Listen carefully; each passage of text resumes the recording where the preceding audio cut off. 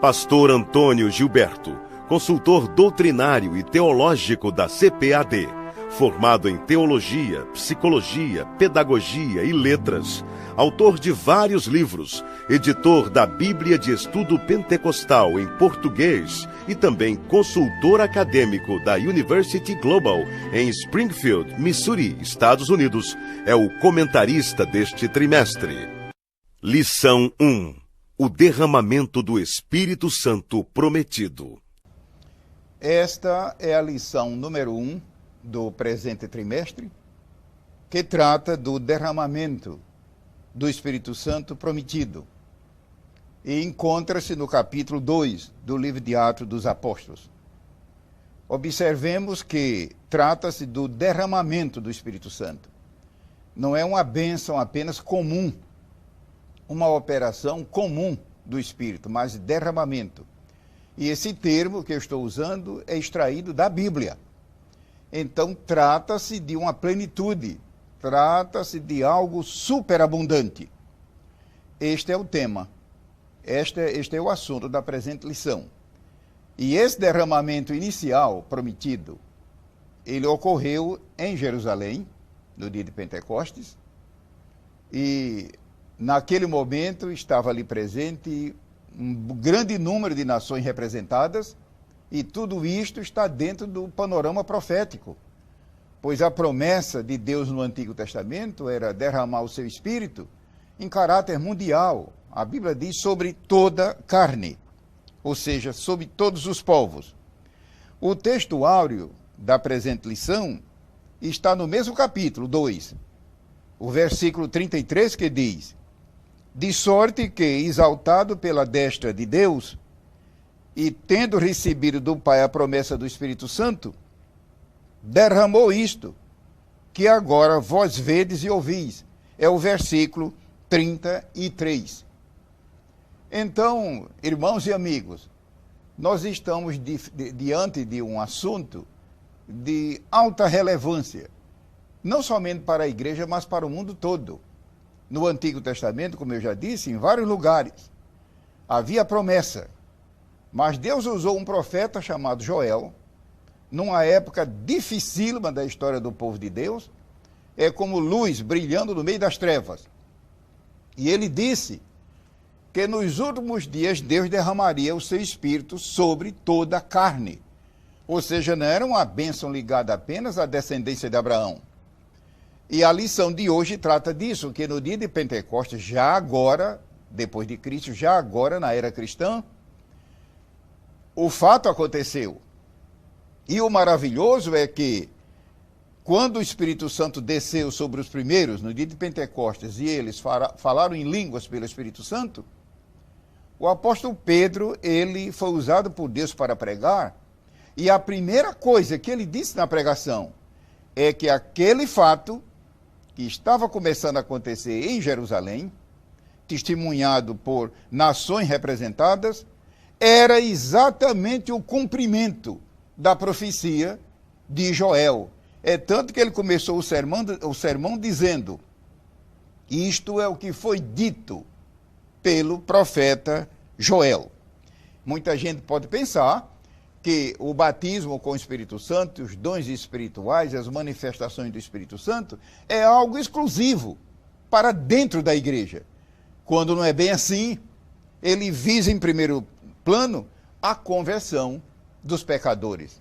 É tanto que ele terminou o sermão dizendo, citando a profecia de Joel, dizendo: e todo que invocar o nome do Senhor será salvo. Isso não é maravilhoso? Eu vou rapidamente, dentro do nosso esquema de tempo, dar alguns detalhes desses tópicos. No primeiro, a promessa do Pentecostes e sua grandeza, 2 pontos eu vou destacar, 2 pensamentos, 2 reflexões. É aonde Deus diz: derramarei.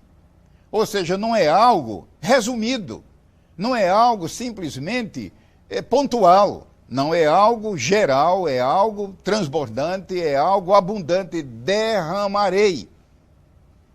Mas outra coisa interessante do primeiro tópico é o fato de Joel.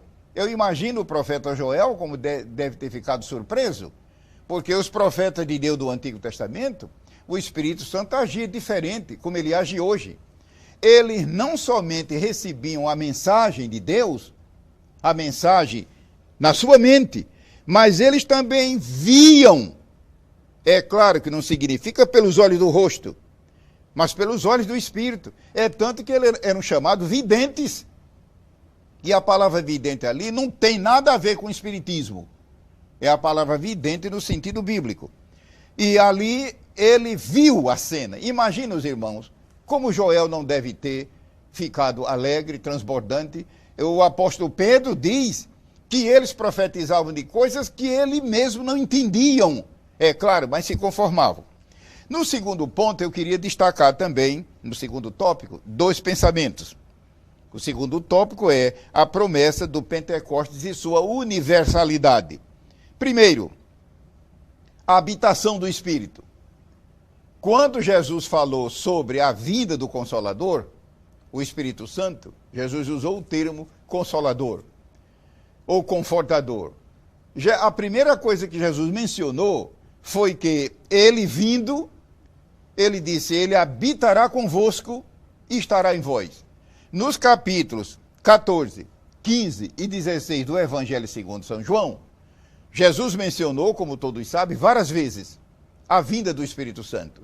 Ele disse que, junto ao Pai, ele proviria a vinda do Espírito Santo em caráter dispensacional. Mas qual foi a primeira menção que ele fez no capítulo 14? Que ele viria para habitar com o crente e estar no crente. Vejamos, são 2 coisas. Habitar tem a ver com permanência, mas estar tem a ver com presença. O Espírito Santo pode habitar numa pessoa e não estar nela, devido ao assunto que nós vamos tratar numa das lições, pecados contra o Espírito Santo. Então, tomemos cuidado.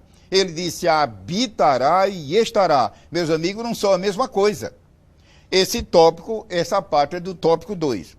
O segundo pensamento do tópico 2 é sobre toda a carne, ou seja, sobre todas as nações. Então, não há diferença. Brasileiros e uruguaios e portugueses e alemães e britânicos e pessoas de todas as tribos que você possa imaginar, de todas as origens, são candidatas. Não é maravilhoso isto?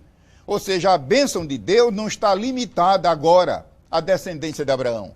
Deus elegeu um povo no Antigo Testamento para ele, mas agora nesta dispensação, a presença e a operação do Espírito Santo é universal sobre toda a carne. Lembremos que a palavra carne aqui é uma figura de linguagem. Mas também quero destacar 2 pontos, 2 pensamentos do tópico 3 da lição. A promessa do Pentecostes e sua riqueza. Isso nos versículos 17 e 18. Quais são esses 2 pensamentos que eu quero destacar no terceiro tópico? Uma das riquezas do derramamento do Espírito Santo são os dons espirituais. Lembremos-nos que o batismo com o Espírito Santo, a plenitude do Espírito Santo, vem sobre todo aquele que já é salvo e que busca. Lembremos que eles, no dia de Pentecostes, já eram convertidos. Eles já eram salvos. Jesus disse isso várias vezes. Mas precisavam agora receber a plenitude do Espírito. E uma das coisas maravilhosas após essa plenitude são os dons espirituais. O segundo pensamento, a segunda reflexão que eu queria fazer no tópico número 3 é sobre os sinais sobrenaturais que acompanham a plenitude do Espírito Santo. Mais e mais, a igreja necessita de um evangelho sendo pregado acompanhado desses sinais. Sinais que eu estou dizendo aqui é usando o termo bíblico. Ninguém pense que é sinal no sentido como se usa na linguagem humana. É sinais querendo dizer coisas, operações e prodígio que Deus usa para autenticar e confirmar a palavra que está sendo pregada. Inclusive o Evangelho segundo São Marcos, ele conclui dizendo que o Espírito Santo, Deus, ele continuou confirmando a palavra com os sinais que se seguiram. É assim que Deus quer que o Evangelho seja pregado. Essa é a segunda reflexão do tópico número 3, os sinais sobrenaturais.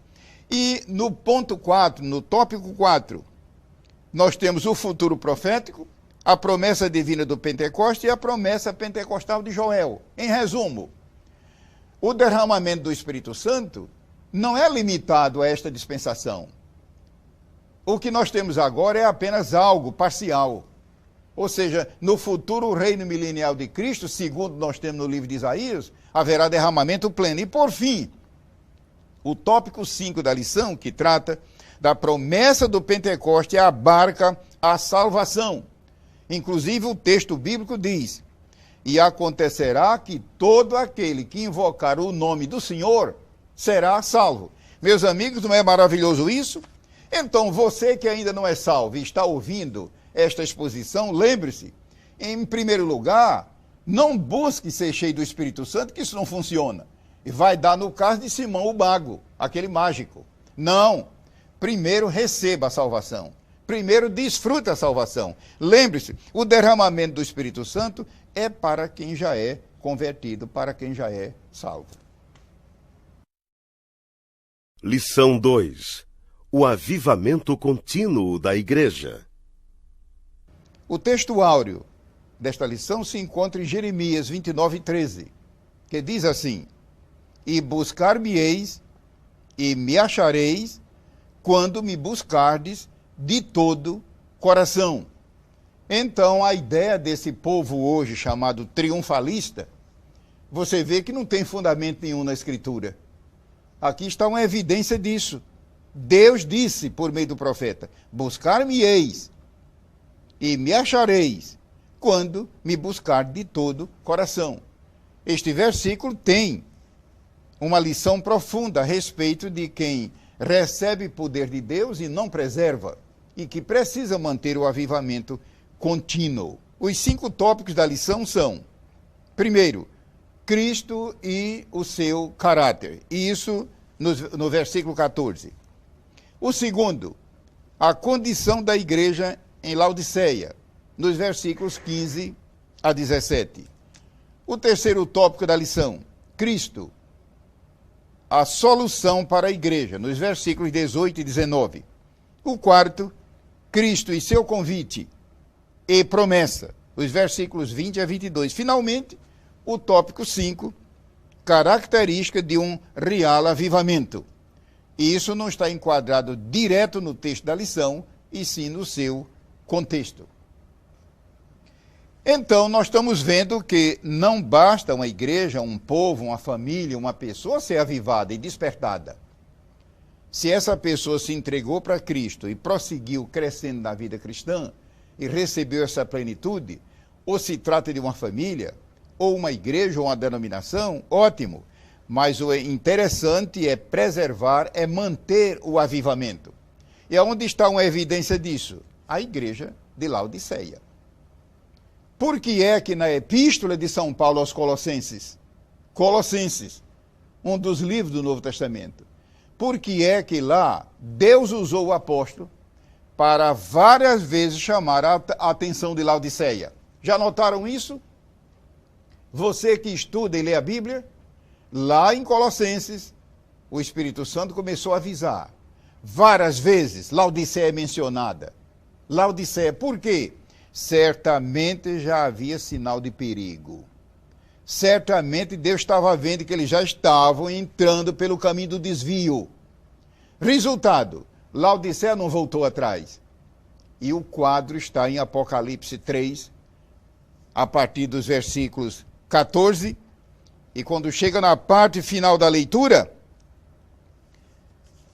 a expressão da Bíblia é: eu estou à porta e bato. Imaginai que muitas vezes nós pregamos, citamos essas palavras no sentido evangelístico. Tudo bem, contanto que o pregador faça a ressalva, que ele está adaptando. Mas isto aqui foi dirigido a uma igreja evangélica. Ele do lado de fora.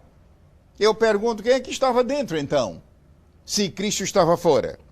Eu estou à porta e bato. Se alguém, meus amigos, não é lamentável e doloroso, ele não disse quando alguém, ele disse se. Já notaram isso? Quando é uma coisa costumeira, mas se É uma coisa casual. Imaginar um crente que chegar a esse estado, uma igreja que chegar a esse estado. Ele disse, se alguém ouvir, meus irmãos, que Deus nos conceda graça e desperte o nosso interior, espírito e alma, para meditar nisso aqui com muita reflexão. Se alguém ouvir a minha voz e abrir a porta, ora, o que é que nós vemos aqui no final do versículo?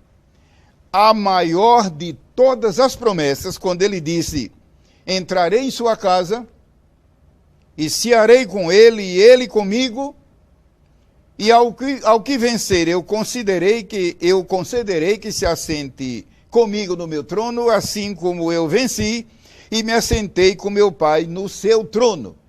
Das 7 igrejas, qual é que recebeu a maior promessa? É claro que isto aqui não é estímulo para o crente ser fraco e caído. Ao contrário, é Deus dizendo que se houver arrependimento e confissão e retorno e abominação do pecado, ele pode refazer, ele pode reconstruir, reconstituir, renovar, restaurar, tudo igual ou ainda maior do que no primeiro estado. A maior promessa foi feita à igreja que estava em pior situação espiritual. Mas é lamentável quando Jesus disse, se alguém, ele não disse quando alguém, mas se alguém, querendo dizer, o estado daquela igreja era deplorável. Em resumo, não basta a pessoa ser revestida de poder, receber grande poder, realizar grandes obras para Deus. É preciso a pessoa manter, preservar o avivamento. É justamente a mensagem de Cristo para esses últimos dias da sua igreja aqui na terra. Lição 3. A divindade do Espírito Santo. A lição 3, ela tem por título A divindade do Espírito Santo. E está situada no capítulo 2 de 1 Coríntios. São muitas passagens da Bíblia e essa foi a passagem escolhida. O texto áureo da lição 3 diz o seguinte: E respondendo o anjo, disse-lhe, descerá sobre ti o Espírito Santo e a virtude do Altíssimo. Estão vendo aqui que o Espírito Santo é uma das pessoas da Trindade. Ao mesmo tempo que é chamado Espírito Santo, a leitura diz, e a virtude do Altíssimo. Em língua portuguesa, quase que não dá, mesmo que você use uma versão transliterada. Mas se você pegar o texto original, você verá que a leitura é mais simples, mostrando que as duas coisas estão ligadas. A virtude do Altíssimo te cobrirá com sua sombra, pelo que também o santo, que de ti há de nascer, será chamado Filho de Deus. Lucas 1:35. É o texto áureo. E também a lição ela está desdobrada em 4 tópicos. Primeiro, o poder eficaz do Espírito Santo. Isso em 1 Coríntios 2, os versículos 4 e 5. O segundo ponto, que é a onisciência do Espírito Santo, nos versículos 10 e 11, mostrando aqui um atributo do Espírito Santo. O terceiro tópico, que é a deidade, que é mais ou menos a palavra divindade, só que há uma diferença teológica muito sutil, e eu não vou entrar nesse aspecto, porque toma tempo, mas, a grosso modo, podemos dizer que deidade é quase o mesmo que divindade. Como se trata de o Espírito Santo, usamos o termo mais forte, a deidade do Espírito Santo. E o quarto tópico da lição é a personalidade do Espírito Santo. Ou seja, ele não é apenas uma influência, não é apenas um poder, não é apenas uma força, mas o estudo da Bíblia e a experiência revela que ele é uma pessoa como o Pai e o Filho. Isso no versículo 11. Então, esta leitura bíblica em classe, de 1 Coríntios 2, como o nome está dizendo, 1 Coríntios, ela gira em torno da igreja de Corinto. Corinto foi uma igreja de grande porte. Eu já visitei mais de uma vez Corinto, não apenas como turista, mas pesquisando e levantando e colhendo material, ilustrações, ideias para sermões e estudos. E, de fato, a arqueologia continua trabalhando, e se eles tivessem mais recursos humanos e técnicos e financeiros, descobriu ainda mais coisas que revelam particulares daquele tempo. Vale a pena. Ali existia uma grande igreja, inclusive Deus usou Paulo para escrever 2 livros que são 2 joias preciosas da Bíblia, 1ª e 2ª Coríntios. A nossa leitura está em 1 Coríntios, capítulo 2. E a igreja de Corinto foi uma igreja altamente espiritual. A própria Bíblia diz: e nenhum dom vos falta. Quando a Bíblia declara uma coisa, nós temos que tirar o chapéu e entender que a Bíblia é final. Era uma igreja de grande profundidade espiritual. De modo que as pessoas que estão nos vendo e ouvindo pela televisão, se sua igreja, ou se você mesmo, meu amigo, meu irmão, é um pentecostal, parabéns, mas você não é mais do que os crentes de Corinto. Eles eram cheios de poder, muita graça, o Espírito Santo operava poderosamente entre eles, só que devido eles não levarem muito a sério a doutrina bíblica, eles terminaram tendo problemas. É preciso que onde haja poder, haja também um meio regulador. A energia elétrica, por exemplo, uma hidrelétrica, como essas que temos no Brasil, elas geram milhões, centenas de milhares de volts, e ai daquele que se aproximar. Mas ela é domada, ela é domesticada, através das estações de tratamento, o nome técnico, e chega em sua casa com 110, 220 volts. Espiritualmente, Deus, ele derrama o seu poder, mas não é responsável pelo mau uso desse poder. O responsável é você, que é um cristão. E aonde estão as normas reguladoras? Na doutrina da palavra de Deus.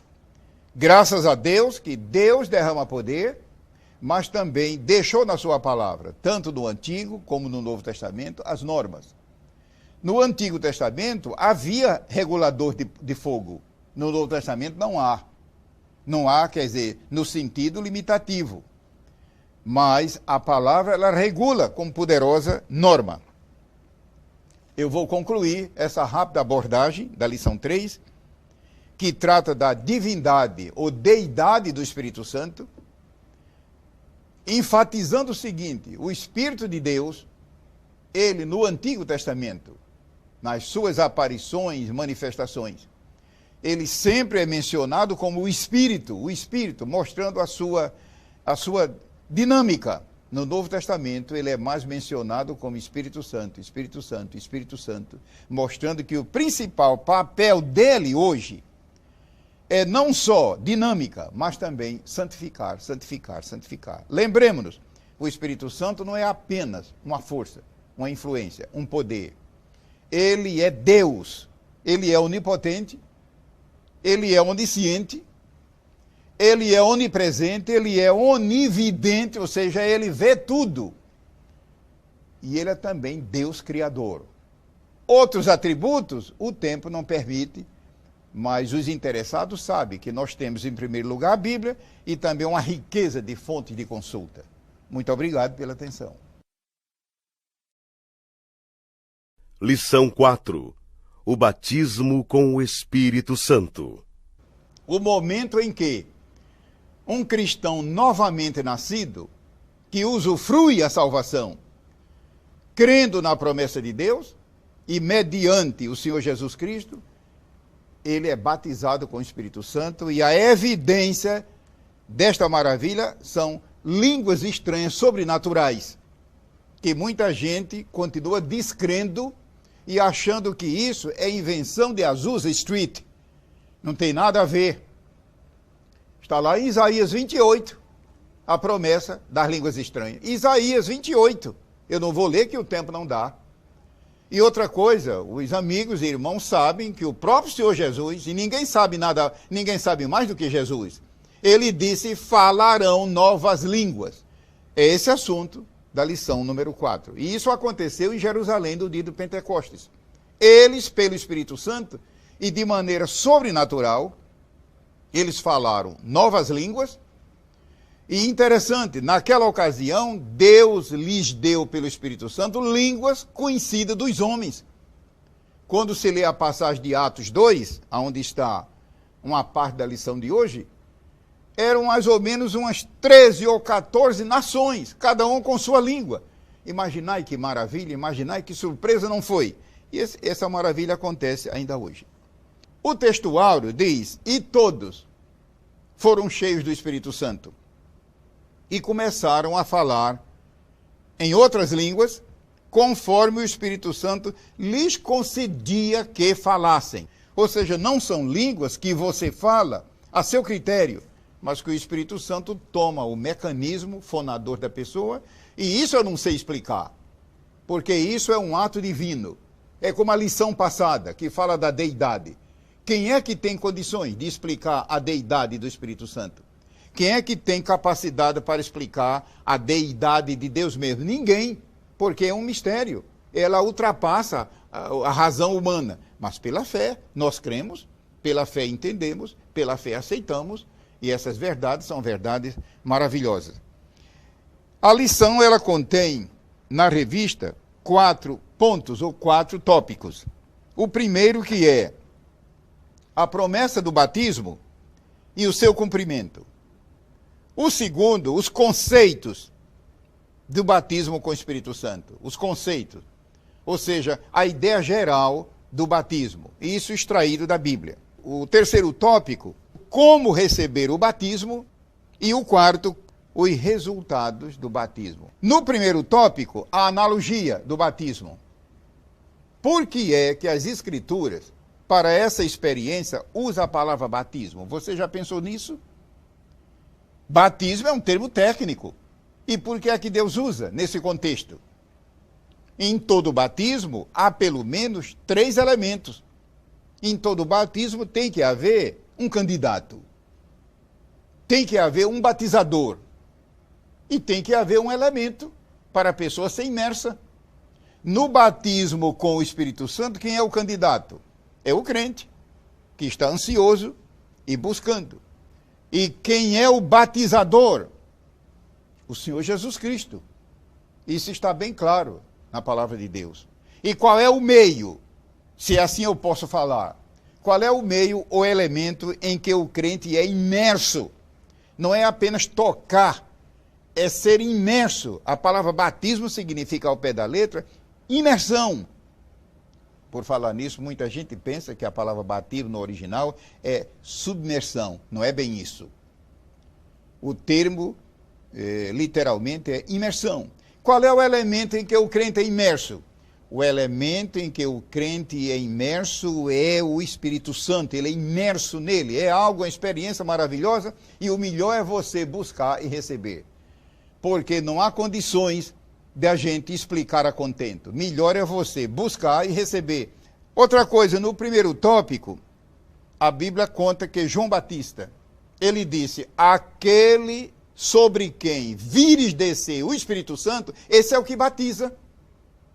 Para que maior testemunho do que esse? Quem foi João Batista? Ele foi precursor, ele foi o arauto do Senhor Jesus Cristo. Ele disse, aquele sobre quem vires descer o Espírito é o que batiza. E exatamente foi sobre Jesus que o Espírito desceu lá no Jordão. Mas nós temos, irmãos, um testemunho ainda maior. O próprio Senhor Jesus disse lá em Atos 1, vós sereis batizados com o Espírito Santo não muito depois destes dias. E a promessa cumpriu-se. É o assunto da lição de hoje. Outra coisa, o batismo é chamado também de dom. De dádiva. Dom quer dizer uma dádiva, um presente.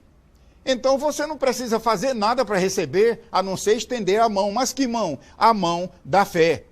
Ou seja, o Senhor Jesus nos batiza, não é por causa do nosso mérito. Não é por causa da nossa maturidade. é por causa da nossa fé. Fé absoluta. Deus não falha. Se Deus em algum tempo tivesse falhado, é claro que eu estou evitando de pecar. Mas não, Deus é infalível. Então não vale a pena confiar na promessa dele? O batismo é chamado de dádiva, mas o batismo também é chamado de revestimento. Ou seja, o batismo com o Espírito Santo é algo tão maravilhoso, é algo tão glorioso, que a Bíblia usa vários termos para tentar que eu digo é colocar na nossa mente. Para Deus não existe dificuldade, mas para eu e você existe.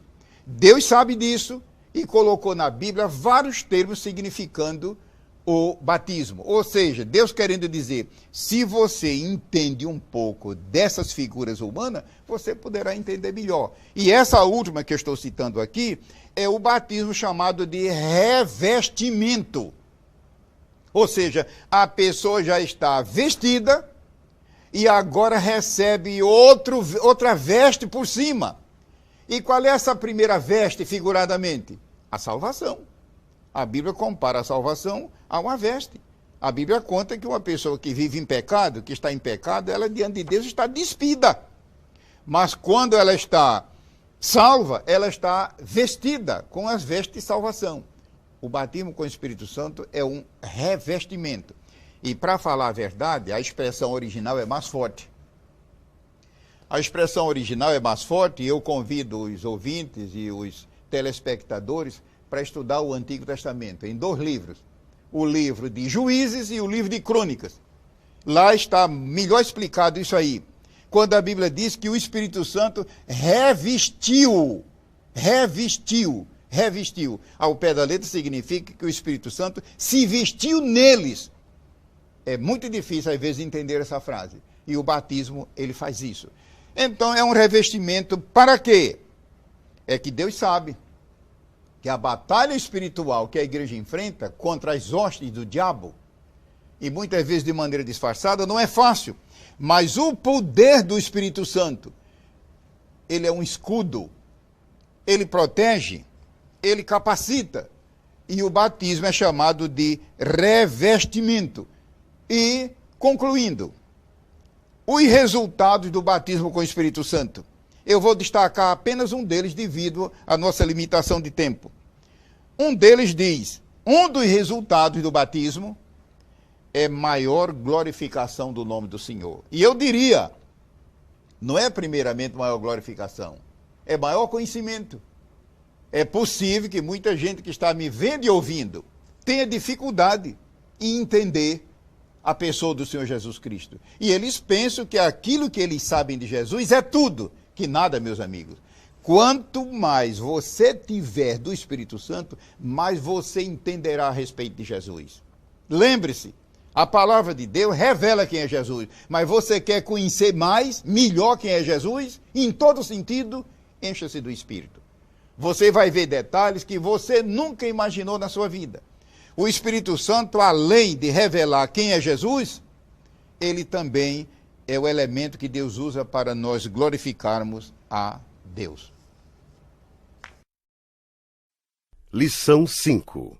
Os dons do Espírito Santo. A lição 5 tem por título Os dons do Espírito Santo. E o texto áureo, aliás, a leitura bíblica, que embasa a lição, está em 1 Coríntios 12, que todos sabem que é um capítulo riquíssimo sobre os dons. Há muitas passagens do Novo Testamento sobre os dons, mas essa é a mais explícita, quase que o capítulo todo. E a segunda parte da leitura está em Romanos 12, que é outro capítulo também muito rico sobre os dons espirituais. O texto áureo da lição diz o seguinte: mas um só e o mesmo Espírito opera todas essas coisas. Não se esqueçam, essas coisas aqui é a Bíblia se referindo aos dons. Um só e o mesmo Espírito.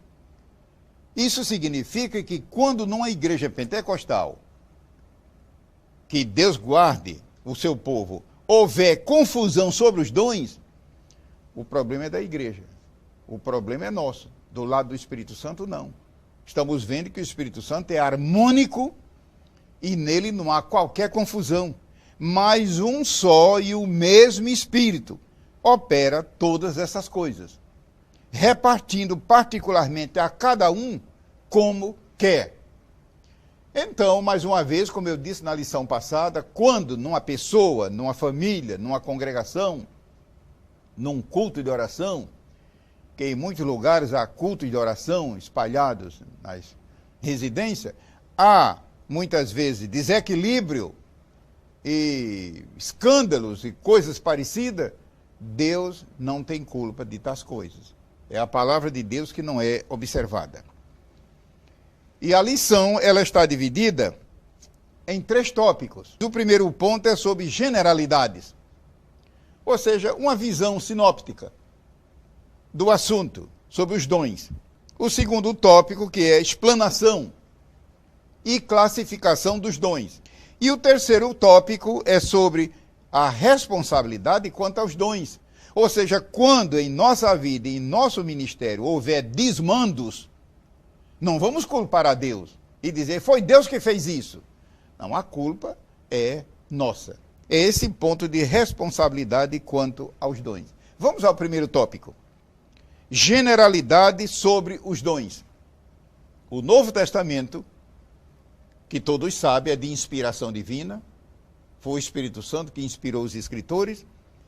Ele chama os dons por vários títulos. Um deles é espirituais. Há pessoas que, muitas vezes, eles são antagonistas dos pentecostais e dizem, mas a palavra dons não está no Novo Testamento. Está sim. É só procurar nos capítulos 12 e 13 e 14. Agora, é claro que em alguns lugares apenas diz espirituais. Você que está me vendo entende isto? No original está a palavra espirituais solta. E a que se refere? É que eles eram tão conhecidos, tão aficionados, eles eram tão familiares com os dons que não precisava Deus colocar os detalhes.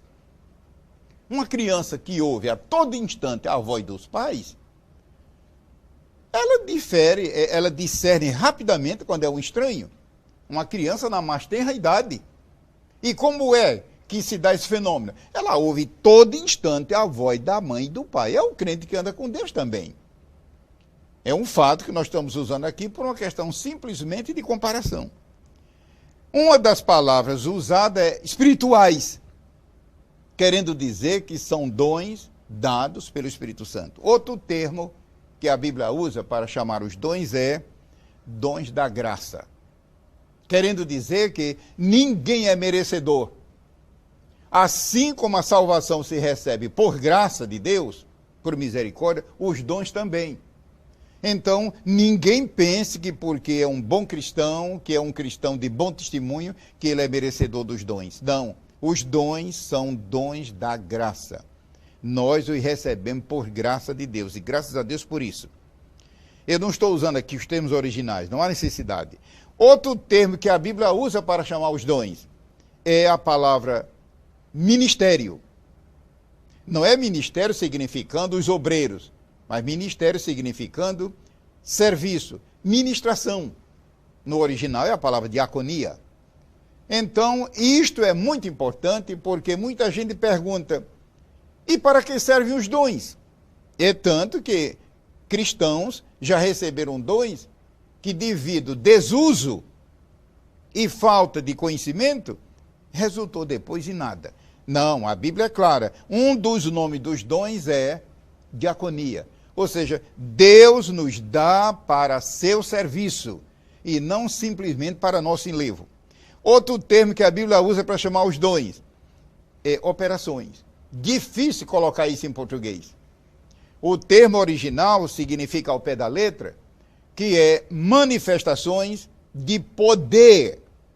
Poder espiritual, poder celestial, poder divino, poder de Deus. O poder de Deus que move e sustenta o mundo e o universo. O poder que Deus usou para criar todas as coisas. Imaginar, irmãos, que maravilha um crente receber uma partícula desse poder através dos dons. O outro nome que a Bíblia usa para chamar os dons, a palavra phanerosis no original, é dons significando manifestação pública do dom. Ou seja, os dons espirituais não é nada de misterioso, com 7 chaves, que ninguém descobre o que é. Não. Eles são manifestações patentes. O termo original indica uma coisa que é visível, identificável, enfim. As coisas de Deus são claras. O próprio Senhor Jesus disse, eu nunca ensinei em segredo no meio de vocês. Todos os dias eu estava no templo. Eu nunca ensinei nada em segredo. Então, graças a Deus que o Evangelho é tudo claro, é tudo aberto. Não existe nada de iniciação secreta, como maçonaria, nada disso. É tudo claro. Graças a Deus. Os dons também. A palavra phanerosis é manifestação no sentido de clareza. E também é muito interessante entender que os dons espirituais, esses dons maravilhosos que o Espírito Santo distribui, eles não são apenas os dons de 1 Coríntios 12 até o versículo 10, que são 9. Então, muita gente pensa, quantos são os dons? Às vezes até uma criança responde 9. Meus irmãos, meus amigos, 9 naquela passagem. Mas tem muito... E quantos dons há, irmão Gilberto? Só Deus sabe. Um pensamento final sobre os dons. Busque, você que é um filho de Deus, uma filha de Deus, receba o poder, busque o batismo e receba, busque os dons, mas um pensamento final. Qual é a sua e a minha e a nossa responsabilidade quanto aos dons? Primeiro, conhecer. E isso através da Bíblia. Segundo, buscar. Muita gente conhece, mas não busca. E por que não busca? Porque não tem desejo. Uma terceira responsabilidade, zelar. Os dons são dádivas. Uma dádiva precisa ser zelada. Não deixa a dádiva enferrujar. Uma quarta responsabilidade, tenha autodisciplina sobre os dons. Segundo a Bíblia. Uma quinta, é preciso ter ordem e decência no exercício dos dons. Ordem e decência. Às vezes existe ordem, mas falta decência. Às vezes há decência, mas falta ordem. E em sexto lugar, receba os dons e não se limite a apenas ter um dons. Os dons Deus distribui quantos Ele quer, para quem Ele quer. Esta palavra é uma palavra final, resumida, mas pode ser útil para quem está familiarizado com os dons espirituais. Lição 6. O cristão e sua santificação. O texto áureo da lição. Segui a paz com todos e a santificação, sem a qual ninguém verá ao Senhor. A Bíblia é clara. É uma das coisas que muito me maravilha na Bíblia. A Bíblia ela não tergiversa e também ela não usa de ambiguidade. Ninguém. Então, não pensemos que eu e você somos exceções. Ninguém verá ao Senhor sem santificação. Mas o próprio texto áureo, ele nos ensina uma grande lição. Que um elemento que contribui para a santificação é a paz. Vejamos que o texto áureo começa dizendo, segui a paz com toda. E interessante que o termo no original é seguir no sentido de perseguir. E muita gente pensa que seguir a paz aqui é uma coisa assim mais ou menos passiva. Não, não, meus amigos. É seguir mais ou menos como o caçador persegue a caça. Ou seja, não largar até atingir. A razão porque muitos crentes não conseguem viver uma vida santa é porque eles são briguentos. Eles são arruaceiros, eles são belicosos, enfim, e a santificação não encontra campo. Então lembremos, seguir a paz com todos e a santificação, sem a qual ninguém verá o Senhor. Isso é Hebreus 12 e versículo 14. A lição, ela contém 4 divisões, 4 tópicos, todos eles muito importantes, e o primeiro é sobre uma abordagem sobre santidade, santificar e santificação. Em resumo, santidade, como estamos vendo, é um estado. É um estado. É algo estático. Agora, santificar e santificação é algo progressivo. O segundo tópico é a tríplice santificação do crente. Ou seja, é uma santificação sob 3 ângulos. É a santificação no sentido posicional em Cristo, é coisa mesmo pela fé, mas é real. A santificação progressiva, ou seja, no nosso viver diário, uma coisa é o crente estando em Cristo, pela fé nas alturas, como dizem Efésios 1 e 13, sentado nas regiões celestiais. E interessante por falar nisso, muita gente pensa que essa passagem de Efésios é figura de linguagem.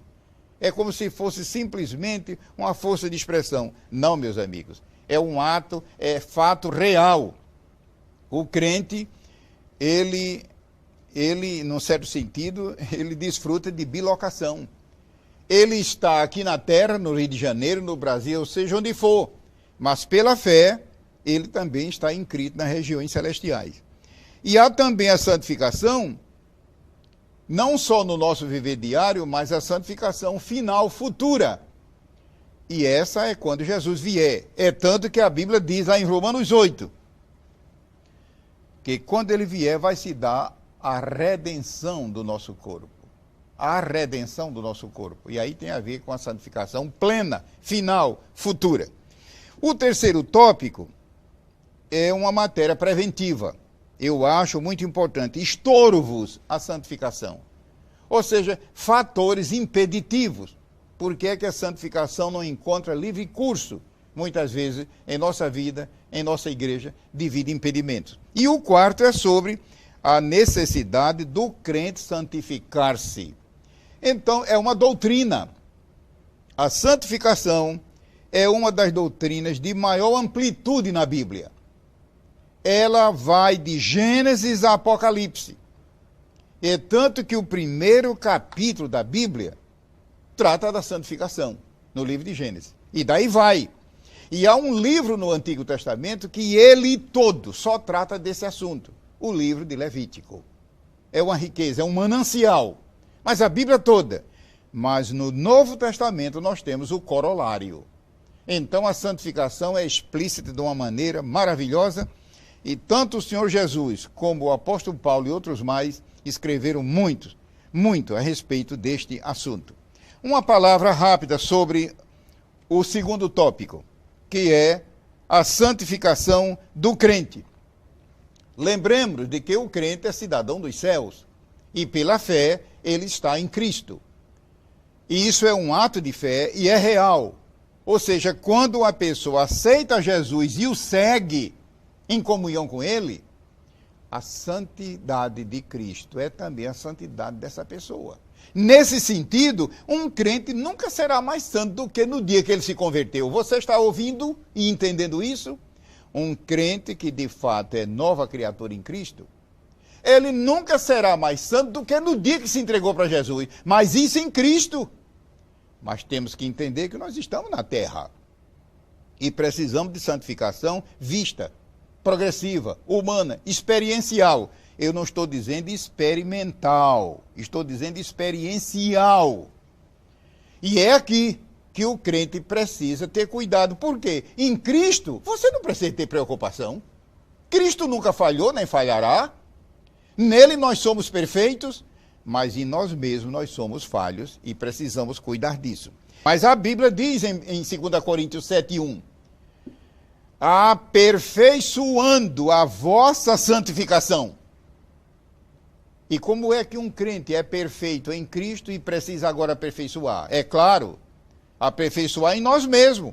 Querendo dizer que em nós mesmos nós precisamos crescer. É tanto que há crentes mais santos e crentes menos santos.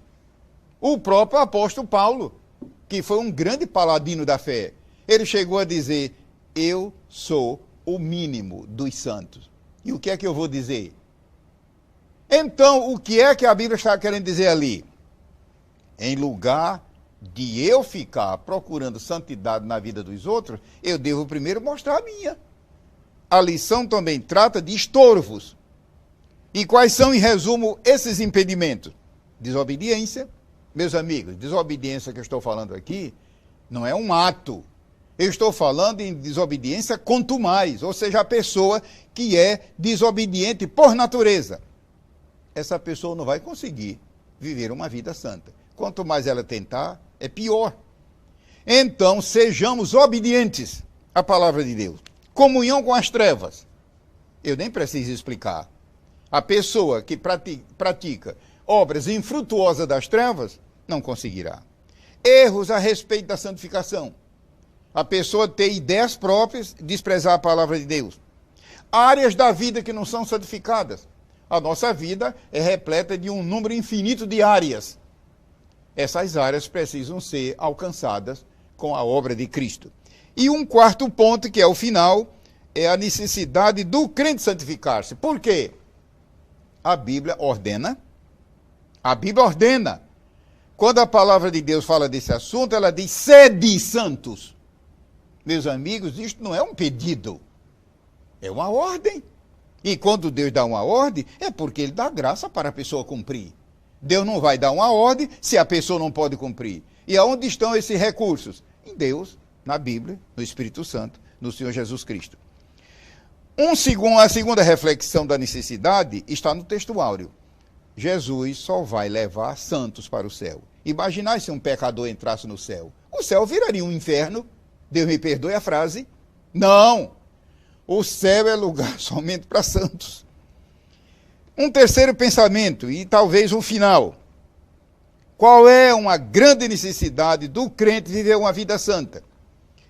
Em Números capítulo 20 e Levítico capítulo 10, note bem, Levítico 10 e Números 20, está dito que parte da santidade de Deus é vista na santidade do crente.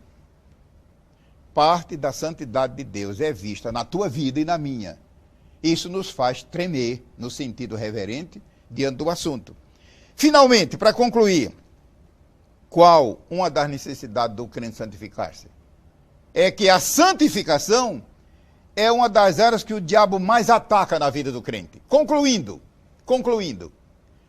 no tempo passado da história da igreja, nos séculos que já se foram, o diabo tentava destruir a igreja, matando, surrando, colocando na prisão, enfim. Hoje não. Hoje a impressão que dá é que o diabo amansou, que está bonzinho, que nada. Hoje ele usa a técnica da mistura. A mistura da igreja com o mundanismo, a mistura da igreja com o pecado, e o prejuízo é a santificação. Que Deus nos guarde e nos abençoe em nome de Jesus. Lição 7. As ministrações do Espírito Santo ao crente. A leitura bíblica em classe está em 2 Coríntios 3. O que seria da Bíblia sem esse capítulo? A meu ver, talvez o capítulo mais importante desse contexto das 13 lições. Cada um que leia e julgue. E a leitura bíblica está em 2 Coríntios 3. É uma parte da Bíblia tão importante que eu mesmo vou preferir talvez ler uns 3 versículos e ter um contato direto com a Bíblia. O texto áureo está em Isaías 44:3. Mas por que tão longe? E parece um retrospecto. É que a profecia de Isaías é uma promessa sobre o Espírito Santo. E veja como diz: porque derramarei água. Os senhores e senhoras estão vendo que não é negócio de pingar, é derramar. Abundância, abundância, abundância. Eu nunca esqueço a primeira vez que visitei Foz do Iguaçu. E foi numa época de enchente. E vi aquela água, aquele turbilhão tremendo. E é impressionante. Espiritualmente faz-nos lembrar desse termo. Derramarei água sobre o sedento. Então Deus já disse que Ele dá água a quem tem sede. E rios sobre a terra seca. Derramarei o meu espírito sobre a tua posteridade e a minha bênção sobre os teus descendentes. Num só versículo, 2 vezes, Deus diz que derramará. Aonde é que você encontra? No Antigo Testamento. uma promessa dessa para o povo daquele tempo? Em nenhum lugar. Ali o Espírito Santo operou poderosamente, mas operações isoladas. Mas no Novo Testamento é maravilhoso, é a dispensação da graça. E a leitura, eu vou ler apenas 2 versículos. 2 Coríntios 3, é o capítulo que trata da primazia da dispensação da graça sobre a lei mosaica. Lembremos-nos, nós não estamos aqui depreciando a lei é santa. Errado e o pecador é o homem, era o homem, mas a lei de Deus é santa. Mas a lei era um ministério de condenação, é claro, condenação do culpado. Que diz a palavra de Deus? Diz aqui o versículo 7. E se o ministério da morte, querendo dizer que o ministério da lei era um ministério de morte, porque era morte para o transgressor, gravado com letras em pedras, veio em glória, de maneira que os filhos de Israel não podiam fitar os olhos na face de Moisés, por causa da glória do seu rosto, que era transitória. Os senhores e senhoras viram quantas vezes num só versículo Deus fala em glória? Alguém ainda vem dizer que a lei mosaica era algo de segunda classe? Mas veja agora o versículo 8. Como não será de maior glória o ministério do Espírito? E a palavra ministério aqui é exatamente a palavra portuguesa ministração. Ministração. Ou seja, ministrar, administrar, servir. É tanto que no original deu origem à palavra diácono. As ministrações, o Espírito Santo como diácono. Ninguém vai dizer, ninguém vai pensar que é diácono a pessoa do diácono. Eu estou falando aqui no ofício. E isso deve encher de muita alegria aqueles que são diáconos. É claro que não tem nada a ver com a pessoa do diácono, mas o sentido. Como não será de maior glória o ministério do Espírito? E Espírito aqui, não esqueça, é com E maiúsculo. É Deus dizendo que, se a dispensação da lei foi gloriosa, é só estudar o Antigo Testamento, inclusive partindo do Sinai, como não será de maior glória o ministério em que o próprio Espírito Santo é o ministrador, e não apenas a lei por Deus abençoada. A lição, ela tem 2 grandes divisões, 2 grandes tópicos, e esses são as ministrações do Espírito Santo quanto à salvação. O segundo tópico da lição é as ministrações do Espírito Santo aos salvos. Então estamos vendo que um lado aqui é objetivo, o outro é subjetivo. Vamos dar uma olhada rápida nesse tempo resumido que temos sobre esses 2 aspectos. Mas não se esqueçam de um estudo profundo com oração na leitura bíblica em classe e no textuário. As ministrações do Espírito Santo quanto à salvação, no tocante à salvação. Graças a Deus que em matéria de salvação a Bíblia é clara. Nada é colocado em penumbra, nada. Ninguém pode se queixar. Eu vim parar no inferno porque a Bíblia é obscura. Conversa. A Bíblia é clara como a luz meridiana. E aqui está a evidência disso. As ministrações do Espírito Santo aos salvos. Primeiro, o novo nascimento. É uma ministração.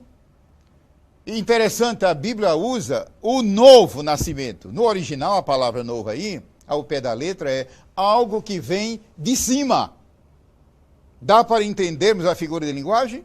É a Bíblia dizendo que no primeiro nascimento, esse que nós nascemos do ventre da mãe, nós nascemos de baixo, aqui da terra. E, de fato, a geração humana é resultado de um concurso entre marido e mulher, e nasce a criança. Mas o novo nascimento vem de cima, vem de Deus, vem do alto. Então, Almeida traduziu como novo, mas na realidade, no original, é o nascimento que procede do alto. Essa é uma ministração quanto à salvação. Há algum segredo? Alguém deve me dizer que não acerta o caminho do céu porque é muito difícil. Não há. Existe algum mistério no nascimento de um bebê? A mulher fica gestante, completa o tempo da gestação e daqui a pouco nasce a criança, não é mistério nenhum. O novo nascimento não é mistério. Deus continua realizando. O segundo item desse primeiro tópico é a habitação do Espírito no crente. Uma das maravilhas pelas quais nós somos gratos a Deus para sempre. E outra coisa, lembre-se, você que está vendo e ouvindo, não é apenas um privilégio, é uma grande responsabilidade, para onde você vai estar levando consigo o Espírito Santo. A Bíblia diz que ele habitará convosco e estará em vós. Que Deus nos dê essa revelação. Vede bem, eu não estou falando de inspiração, estou falando de revelação. Os grandes privilégios da salvação. O terceiro, que é o testemunho do Espírito Santo dentro de nós, é isto que nos anima, mesmo nas horas mais escuras. A fé para a salvação. Os senhores estão vendo que não é uma coisa herdada, é o Espírito Santo que transmite. E a santificação posicional, que eu falei há 2 aulas atrás. Ou seja, em Cristo nós estamos, não vamos ser, estamos, somos santificados nele, em posição. Mas, para concluir, o segundo ponto é as ministrações do Espírito Santo para os salvos, para aquele que já desfruta da salvação.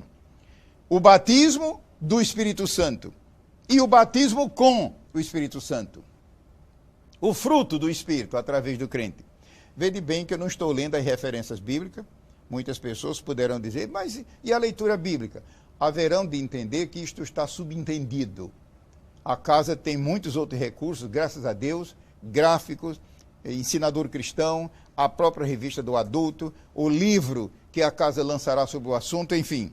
Uma quarta ministração, a santificação progressiva do crente. A 5, a oração no Espírito. Oração no Espírito, não se esqueça, não é o crente orar sozinho. Eu estou falando de Espírito com E maiúsculo e usando um versículo da Bíblia. Aliás, são mais de um versículo.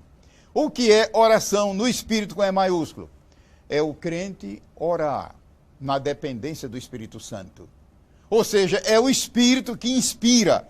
Então, com isso, o crente pode orar sem cessar, porque todo esforço e toda memória é do Espírito. O sexto, que é o Espírito Santo como selo e penhor, só isso aqui merecia uma lição à parte. E o sétimo, quer dizer, o sétimo aqui na revista. Por favor, não pense que eu estou limitando. As ministrações do Espírito Santo para o crente são infinitas.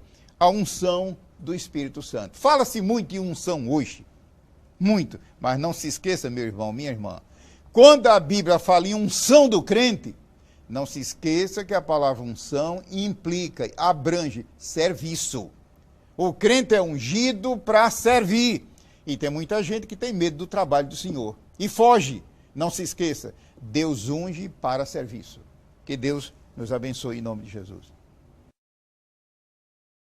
Lição 8.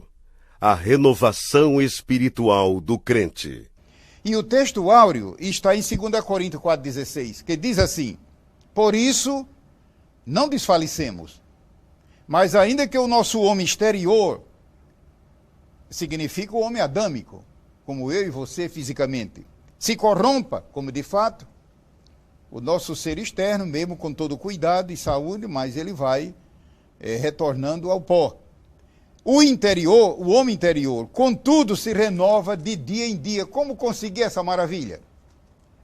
De o homem interior se renovar de dia para dia, através do Espírito Santo.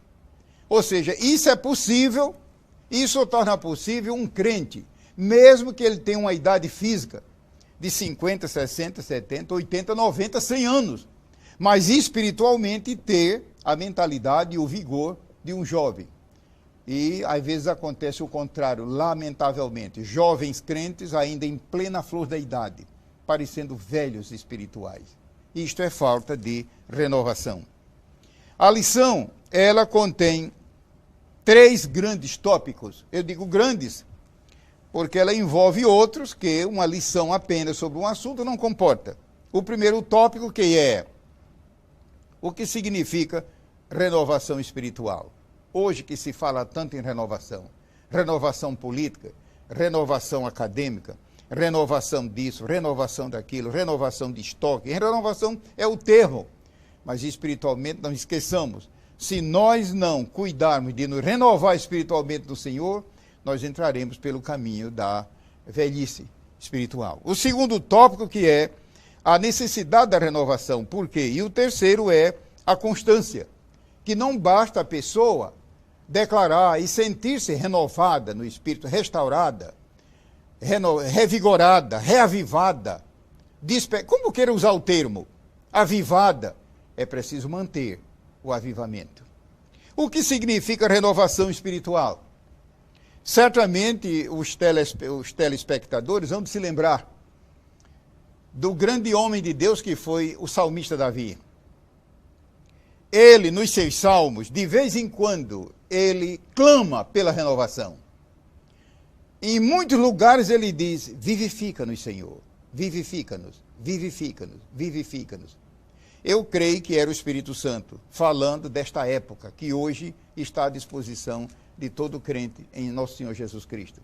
Pergunto eu, será que Davi experimentou aquela época? Eu não digo que não, porque, quem sabe, pequenos casos de renovação.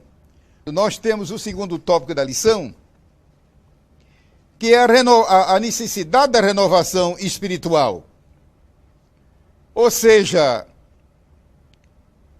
Deus não nos chama, Deus não deseja que o crente seja como se fosse uma espécie de lago.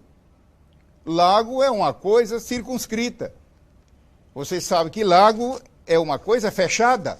Lago, quando é lago mesmo, não tem saída. Não. A Bíblia diz que o crente deve ser como um rio. Inclusive, quando Jesus falou disso em João capítulo 7, dentro desse segundo tópico da lição, inclusive a transcrição está na revista. Ele diz ali no capítulo 7 que será como o rio de água viva quando o Espírito vier sobre a igreja. Ele não diz como um lago, mas como um rio. Um lago tem suas virtudes, mas não se compara com um rio, que se trata de algo dinâmico e vivo e progressivo.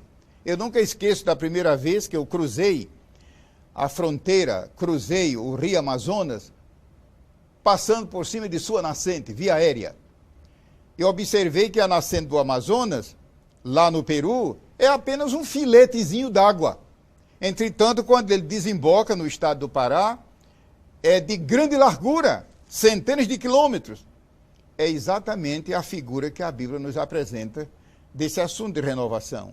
Ou seja, Deus nos chamou não apenas para ser um lago. O lago, a meu ver, fala de egoísmo. O lago vive para si. É tanto que, no passado, muita gente preferia fazer suas habitações à beira dos lagos. Mas nós sabemos que um rio fala de vida. A renovação deve ser diária, a renovação deve ser consciente, a renovação enseja a operação do Espírito Santo, é claro, isso abre caminho para o Espírito Santo operar ainda mais. E o terceiro tópico da lição, que é a constância da renovação espiritual. E é nessa altura que eu quero ler Efésios 5, e versículos 17 e 18, que faz parte da leitura da lição. E diz assim: e não vos embriagueis com vinho em que há contenda. Ou como diz uma versão mais atualizada, e aliás, mais fiel, em que há dissolução. Eu acho que mesmo assim ficou difícil, ficou muito clássica a palavra. Falando em linguagem bem franca, como está no original, não vos embriagueis com vinho em que há orgia. Orgia. Eu não preciso dizer mais nada. O que é orgia? Um antro de pecado. A Bíblia diz, não vos embriagueis com vinho em que há orgia, em que há dissolução. Mas, então eu pergunto, basta a pessoa se afastar do mal? Eu vou ler novamente o versículo. Não vos embriagueis com vinho em que há contenda. Mas, dá para entender o sentido dessa conjunção coordenativa adversativa? É Deus dizendo de que não adianta você apenas se afastar do mal. Eu não sou criminoso, eu não sou isso, eu não sou aquilo. Ótimo. Mas isso não basta. A Bíblia diz que devemos evitar o mal, porém, sermos cheios do Espírito. Mas enchei-vos do Espírito. E eu creio que a maior parte já sabe que essa expressão não se consegue tradução para a língua portuguesa, a não ser um comentário muito longo, porque a frase, como estamos vendo, ela está no imperativo, mas ao mesmo tempo a frase está no infinito presente, enfim, é uma riqueza. Ao pé da letra, a frase diz o seguinte: deixai-vos continuar enchendo-vos do Espírito. Vou repetir, é claro que é uma tradução livre, mas eu tenho convicção do que estou dizendo pela misericórdia de Deus. Ao pé da letra, a frase diz: deixai-vos continuar enchendo-vos, querendo dizer que só o Espírito Santo é que enche, e querendo dizer que o crente tem sua participação. Deixai-vos encher continuamente do Espírito. Então, é uma lição que deve marcar a nossa vida. Mesmo que você seja um crente veterano, quem sabe herói de muitas batalhas espirituais, lembre-se, a nossa renovação não é permanente, a menos que ela seja conservada. Conservada. A mensagem da Bíblia é: o fogo arderá continuamente no altar. Não se apagará. E você entende o que quer dizer apagar? Significa que se o fogo não for alimentado, ele se apaga. E espiritualmente é o que acontece na vida de muitos. Que essa lição seja uma bênção para todos. Lição 9. Pecados contra o Espírito Santo. O texto áureo diz assim, em Efésios 4:30: e não entristeçais o Espírito Santo de Deus, no qual estáis selados para o dia da redenção. Note que a palavra entristecer está ligada a amor. Significa que o Espírito Santo, ele nos ama. Se uma pessoa peca contra Deus e contra o Filho, tudo bem, há perdão. Mas contra o Espírito Santo, dependendo. Como? Se a palavra de Deus é clara e a experiência que é Ele que convence do pecado, da justiça e do juízo, e se pecar contra Ele, quem vai convencer? A lição destaca 6 dos mais conhecidos. Inclusive, o último mencionado, que é blasfêmia. Por que, irmão Gilberto? A razão porque muita gente, talvez na sua igreja, esteja confuso sobre este assunto. Será, meu Deus, que eu cometi o pecado de blasfêmia? É por falta de estudo da própria Bíblia. Vamos rapidamente ver esses 6 mencionados aqui. O primeiro mencionado é resistência ao Espírito Santo, em Atos 7:51. Aonde Estevão diz: vós sempre resistis ao Espírito Santo. Resistir, todo mundo sabe que é a pessoa justamente impedir, é se opor, é ser adversário. Vós sempre resisti ao Espírito Santo. Isto é um pecado. O segundo pecado mencionado contra o Espírito na lição é agravo. Isso está em Hebreus 10:29. Agravo, ou seja, ultrajar, fazer pouco, menosprezar. O terceiro pecado mencionado é Efésios 4:30, onde diz: não entristeçais o Espírito Santo de Deus. E, inclusive, é o próprio texto áureo. Eu acabei de dizer que tristeza é uma palavra relacionada a amor. Quem ama pode ficar triste, não fica irada. Quem ama não tem ira, mas pode ficar triste e, portanto, a tristeza bloqueia a comunicação. Não entristeçais o Espírito Santo. Então, como é que ele fica triste? Então, cada um pense diante de Deus nesse fato.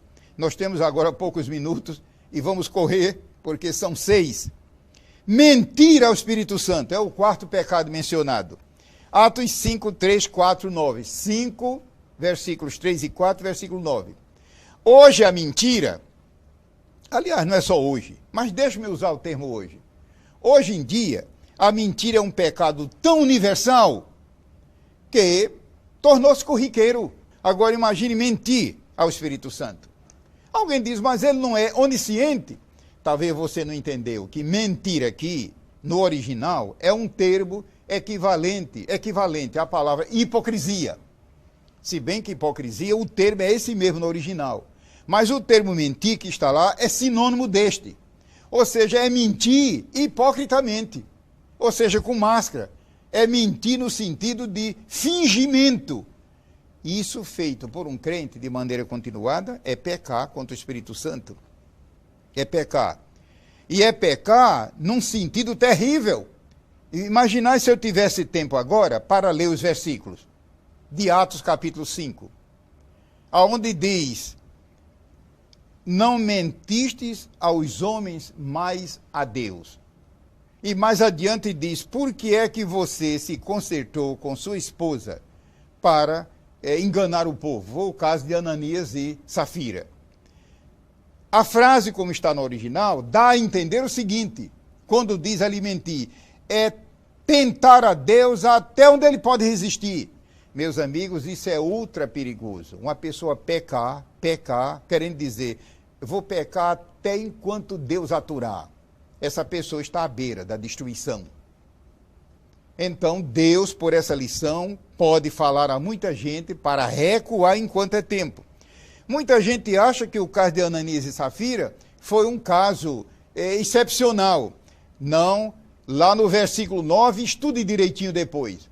O versículo 9, e diz: por que é que vocês dois se consertaram? Examine o termo numa Bíblia parafraseada. É a Bíblia dizendo que ele e ela ensaiaram. Escuta, como é que nós vamos enganar? Mas deixa que o Espírito Santo é quem estava vendo tudo e finalmente nós temos um pecado final, que é blasfemar contra o Espírito Santo. E como é um assunto muito pouco explicado nas igrejas, eu vou ler rapidamente. Note bem, esse assunto está em várias passagens da Bíblia. E outra coisa, convém examinar o Antigo Testamento. Há muita gente pensando que esse assunto está só no Novo. Examine também o Antigo Testamento, Êxodo e também Levítico. O Senhor Jesus disse: portanto, eu vos digo, todo pecado e blasfêmia, note aqui a diferença. Mas por que blasfêmia não é pecado? Você não entendeu. É que a palavra P-E-C-A-D-O, em português, não tem nada a ver com o original. A palavra pecado aqui no original é um tipo de pecado. Essas observações que eu faço podem ser úteis para você. E se eu não fizer essa observação, alguém poderá dizer, um curioso: ué, mas blasfêmia não é pecado? Não, não é isso que a Bíblia está dizendo. Ela está dizendo que blasfêmia é um tipo de pecado e que essa palavra pecado é outro tipo. No original são vários termos. No hebraico são pelo menos 8 palavras. No grego são umas 11. Ou seja, o pecado é uma coisa tão maligna, o pecado é uma coisa tão hedionda, que Deus achou por bem colocar vários termos para descrevê-lo para nós. O versículo 32 é o 31 e o 32. E se qualquer disser alguma palavra contra o Filho do Homem, ser-lhe-á perdoado. Mas se alguém falar contra o Espírito Santo, não lhe será perdoado, nem neste século, nem no futuro. Em resumo, em que consiste o pecado de blasfêmia contra o Espírito Santo?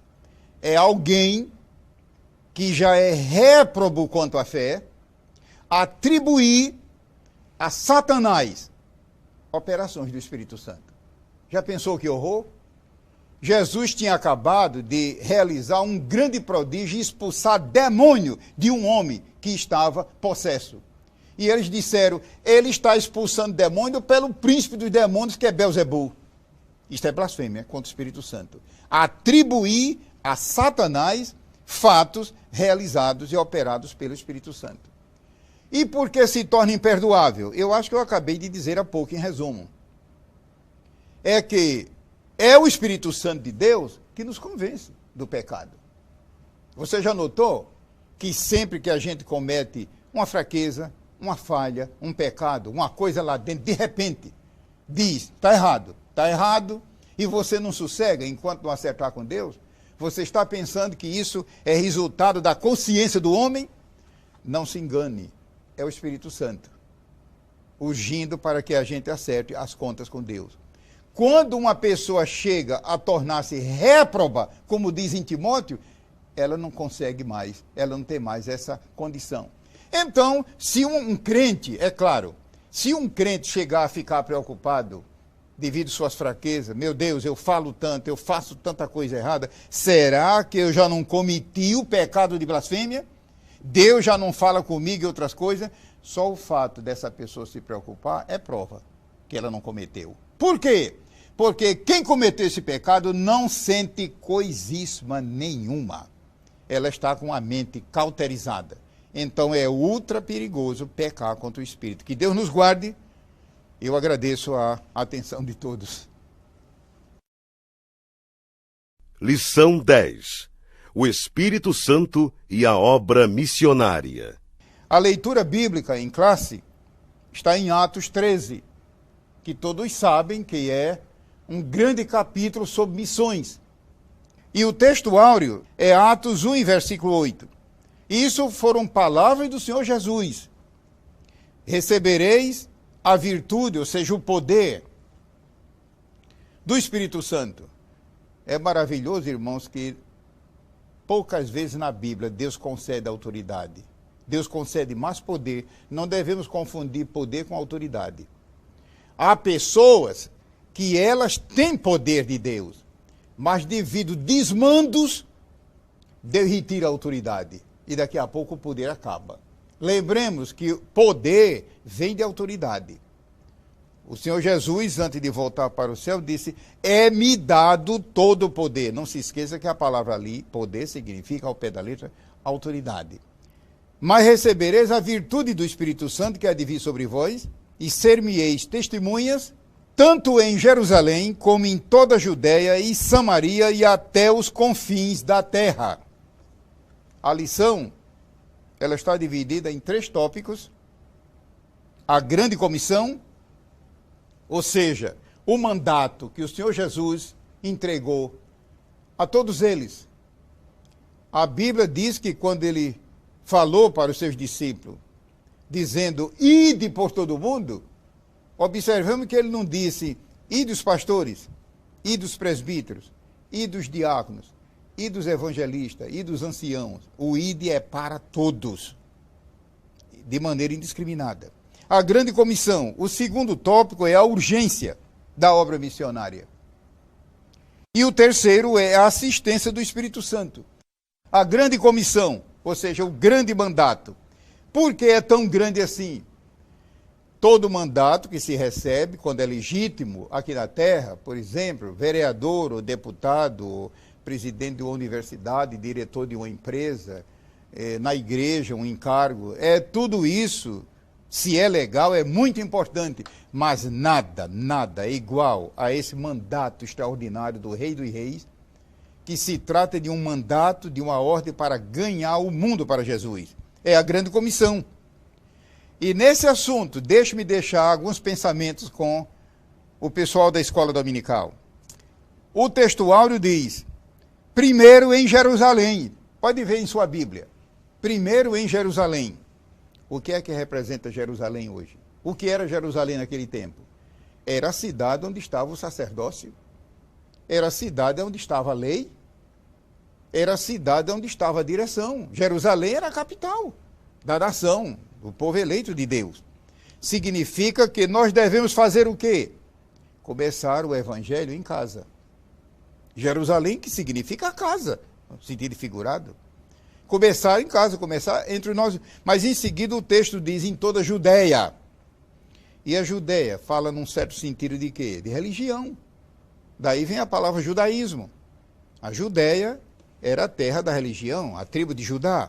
Mas em seguida o versículo diz em Samaria.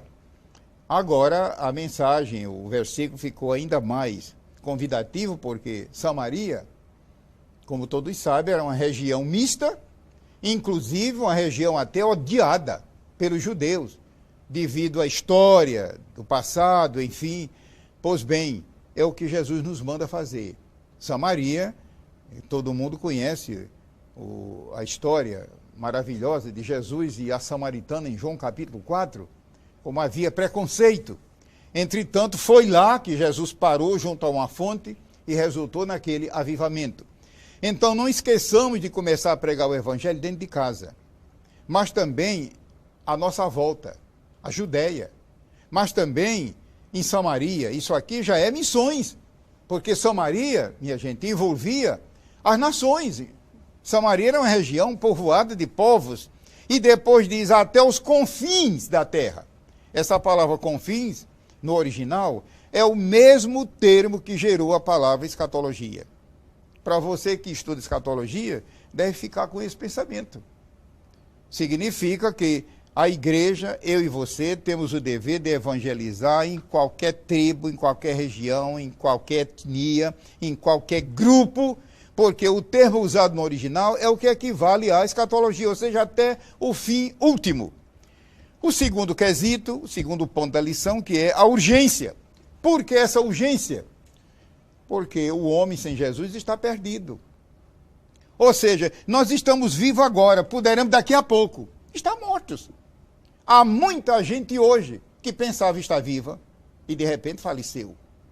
A nossa vida é incerta. Então, qual é o melhor? Fazer seguro de vida com Jesus Cristo. E, para isso, o evangelista, o ganhador de almas, é a peça-chave. Urgência. É muita gente que hoje está na perdição por culpa nossa, devido ao nosso descaso. E o terceiro ponto da lição, que é a assistência do Espírito Santo. Isto é maravilhoso. Ou seja, não estamos só, ou sóis. O Espírito Santo está conosco. Eu creio que nós temos mais 1 minuto ou 2, mas o que é que nos fala o capítulo 13, que é o capítulo onde está a leitura em classe da lição? Ela fala de escolha, ou seja, Deus escolhe. Ela fala de envio, ou seja, Deus escolhe e também envia. Nós não precisamos nos precipitar. Ela nos fala de capacitação. Eu não preciso ficar pensando, como é que eu vou convencer aquela pessoa da salvação? Não é você que convence. Não é a sua capacidade. É a capacidade de Deus. Deus quer usar apenas o nosso potencial. Mas também uma palavra final sobre direção. Ou seja, nós precisamos fazer a obra de Deus sob a direção do Espírito. E eu vou concluir, já que li a Bíblia apenas uma vez, nessa parada que vamos fazer agora. Eu peço que vocês que têm a Bíblia e estão me vendo e ouvindo, abram rapidamente no livro de Atos, capítulo 16, para ver algo maravilhoso nessa parte de direção.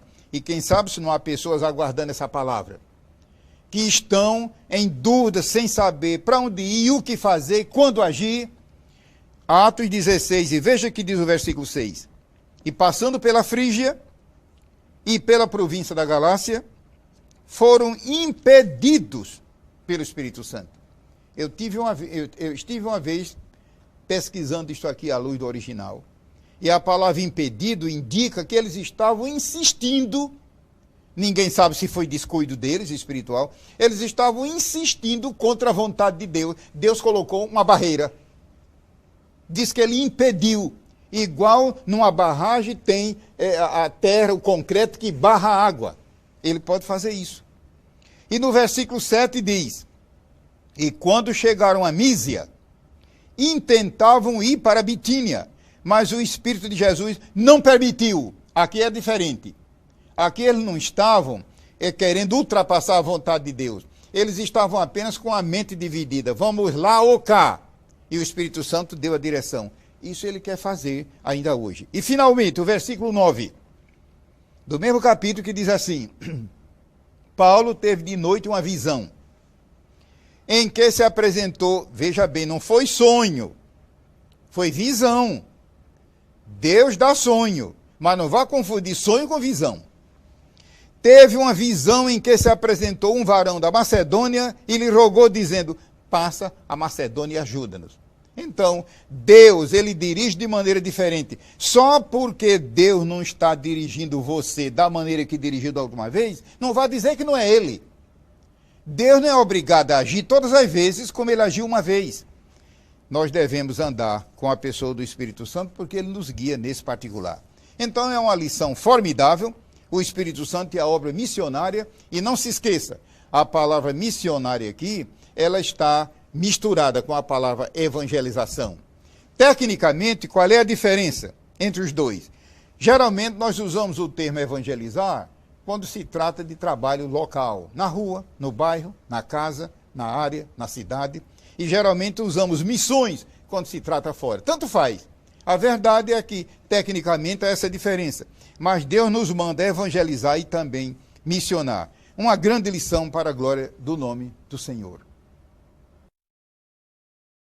Lição 11. Decência e ordem no culto ao Senhor.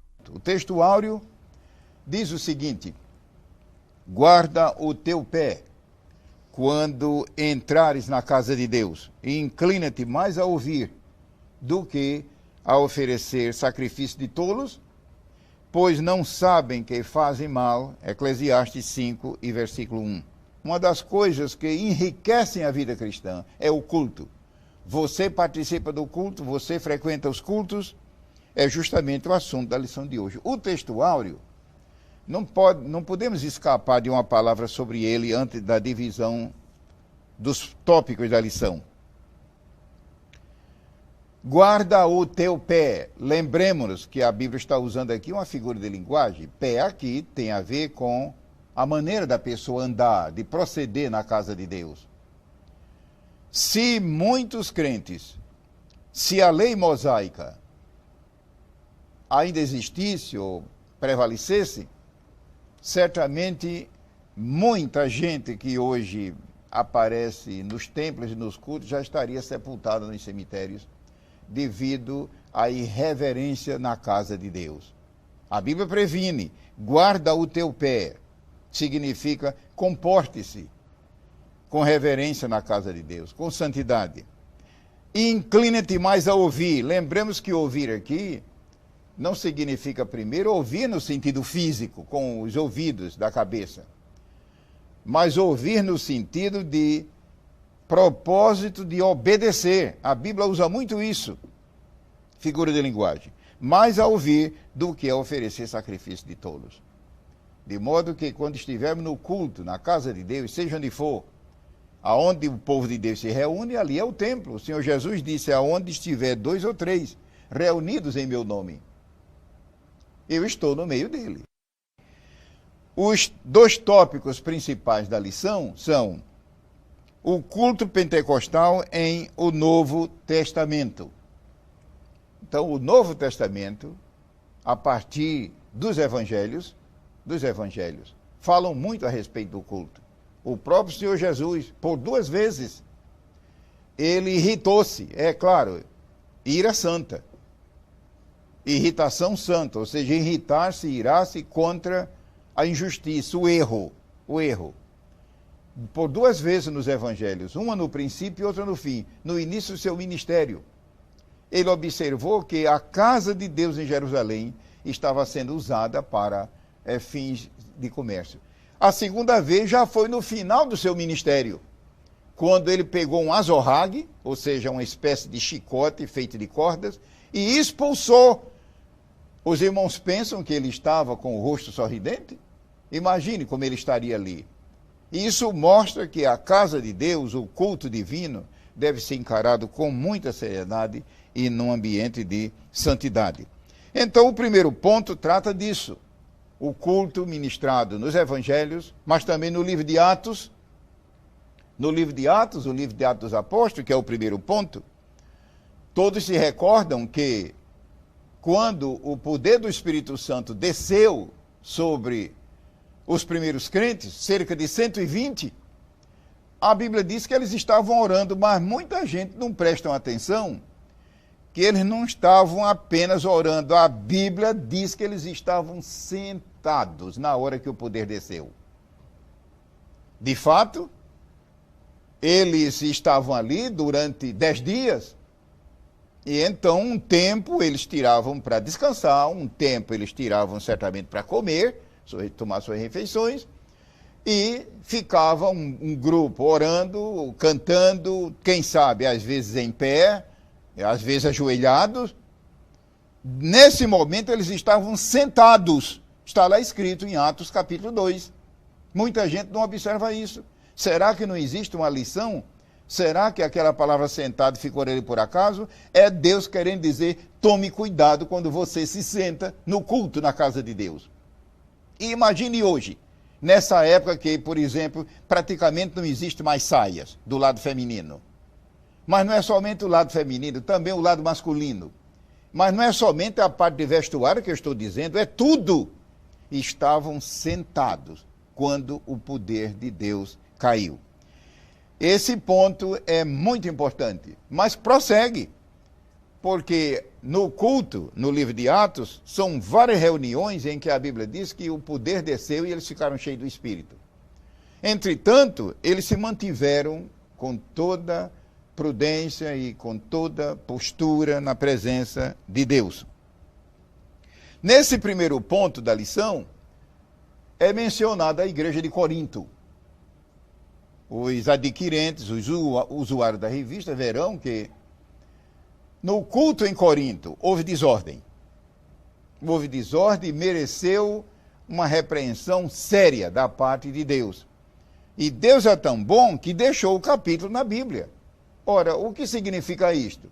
Que o fato que aconteceu em Corinto acontece hoje também, mas graças a Deus que temos na Bíblia capítulos inteiros como 1 Coríntios 13 e 14 que tratam do assunto, independente de outros capítulos.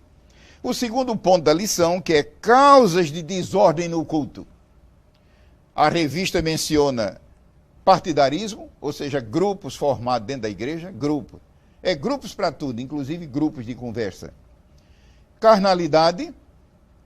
Entendamos que carnalidade aqui, que eu estou me referindo, é a natureza adâmica, a natureza do velho homem decaído predominando no crente. Às vezes, quando se fala em carne, se muita gente não pensa, não medita, eles acham que é uma palavra simplesmente significando pecados baixos da carne. Não. Quase sempre, quando a Bíblia menciona a carne, ela se refere à natureza humana decaída. E outra causa é intemperança. Ou seja, o crente diz que quando está cheio do Espírito Santo, ele perde o controle e faz o que ele entender. Então não se trata do Espírito Santo e dele mesmo, porque o Espírito Santo é um Espírito de Deus, o Espírito de ordem. E irreverência, como eu já disse. Concluindo, lembremos-nos que Deus é um Deus de poder, mas é um Deus de ordem. Tudo que Deus criou é de muita ordem. Uma palavra final, antes de encerrar esta breve exposição da lição 11. Uma certa vez Jesus queria fazer um milagre extraordinário, o milagre da multiplicação dos pães e peixe. É um dos maiores que a Bíblia registra. A primeira coisa que ele fez foi mandar seus discípulos organizar a multidão. Ele disse, põe todo mundo sentado. E ainda disse, de 50 em 50. Eu posso imaginar a gente dizendo, mas por que de 50 em 50? Não, não interessa, obedece. Enquanto eles não se organizaram, Jesus não operou o milagre. Não será essa a razão? Porque Deus não opera mais milagre hoje na tua vida, em nosso meio, em nossa igreja, em nosso viver, por causa de desordem, enquanto eu imagino gente ali resmungando. E agora, nós estamos com fome. Não importa. Enquanto eles não se organizaram, o milagre não ocorreu. Que Deus nos abençoe e que tenhamos sempre uma boa postura no culto sagrado. Lição 12. Conservando o verdadeiro Pentecostes. A leitura em classe está em Apocalipse 3, de 1 a 6, que é um texto referente à igreja de Sardes. Um assunto muito importante para alunos estudarem, inclusive a parte histórica. O texto áureo está em Apocalipse 2:25, que diz, o que tendes, retende até que eu venha. Uma grande lição sobre conservando o verdadeiro Pentecoste. Ou seja, a renovação espiritual. O que tendes, quer dizer, o que tendes da parte de Deus, retende-o. Você está vendo, meu irmão e meu amigo, que não é bem função de Deus reter. Ele disse, retende-o. Ou seja, Deus não impõe. Imaginai se um pecador entrasse no céu à força. Isso seria céu. Não, a salvação não é imposta, a salvação é uma dádiva e ela é recebida. Agora Deus insiste, e insiste até o fim. O que tendes, retende-o até que eu venha, conservando o verdadeiro Pentecostes. Como esta lição está muito voltada para a renovação espiritual, despertamento espiritual, avivamento espiritual, é bom que antes que eu entre nos 4, aliás, são 5 pontos em que a lição está dividida, nós vamos apenas tocar de leve. se deu uma palavra sobre a diferença entre batismo com o Espírito Santo e batismo no Espírito Santo. Lembremos, batismo com o Espírito Santo é uma frase empregada por Jesus. Em Atos 5, 1 e 5, ele disse, vós sereis batizados com o Espírito Santo. Ele disse em Atos 1, 5, vós sereis batizados com o Espírito Santo. João Batista, também o precursor de Jesus, ele falou que ele, Jesus, é que batiza com o Espírito Santo e com fogo. Agora, lembremos que a partícula original usada é difícil traduzir para português. Então, em que consiste o batismo com, que também pode se dizer batismo no? Não se esqueça, a mesma partícula grega tanto faz dizer com, como dizer no, sendo que é mais usado com. Por quê? Porque o próprio Senhor Jesus disse, vós sereis batizados com o Espírito Santo. Então, em que consiste o batismo com o Espírito Santo? É um derramamento sobrenatural, é claro, do Espírito Santo sobre o crente, a plenitude. Esse crente, então, fala noutras línguas, línguas sobrenaturais.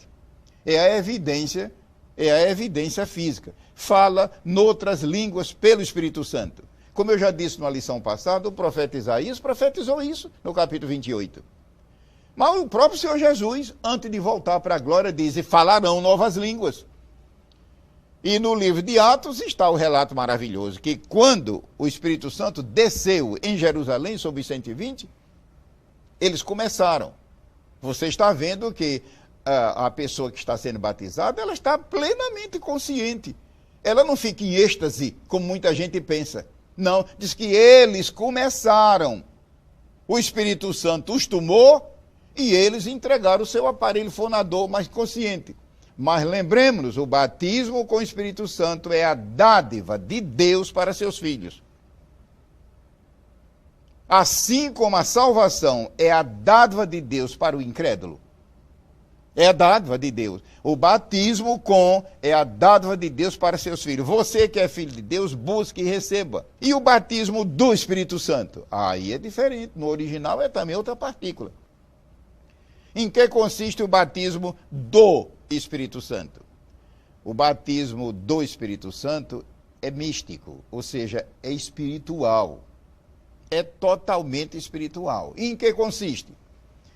É aquele ato miraculoso, espiritual, quando no momento da conversão, o Espírito Santo de Deus nos imergiu no corpo de Cristo, que é a igreja.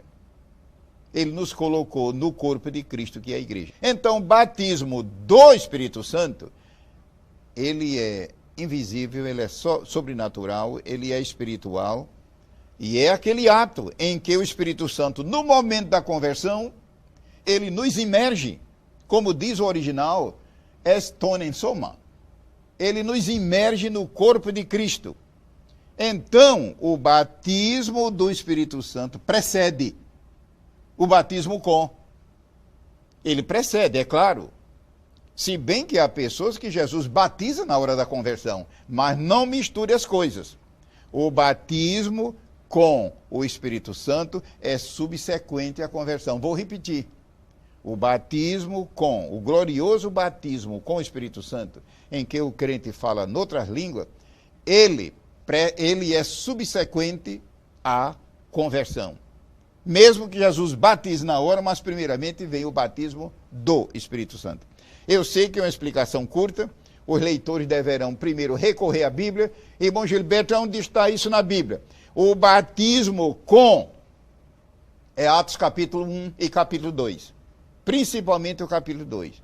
E o batismo do Espírito Santo? 1 Coríntios 12, a partir do versículo 13. E Gálatas, capítulo 3. E outras passagens. A igreja de Sardes era uma igreja evangélica de grande porte. A cidade era muito rica, luxuosa. Era uma cidade também arrogante.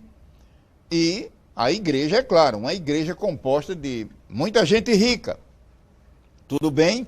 Só que se descuidaram E Jesus chegou a dizer, tu tens nome de que estás vivo e estás morto. E o pior que isso foi dirigido ao pastor da igreja. Muitas igrejas por aí estão em crise porque os pastores são os primeiros a se desviar da verdade. Tens nome de que estás vivo e estás morto. Isso é terrível.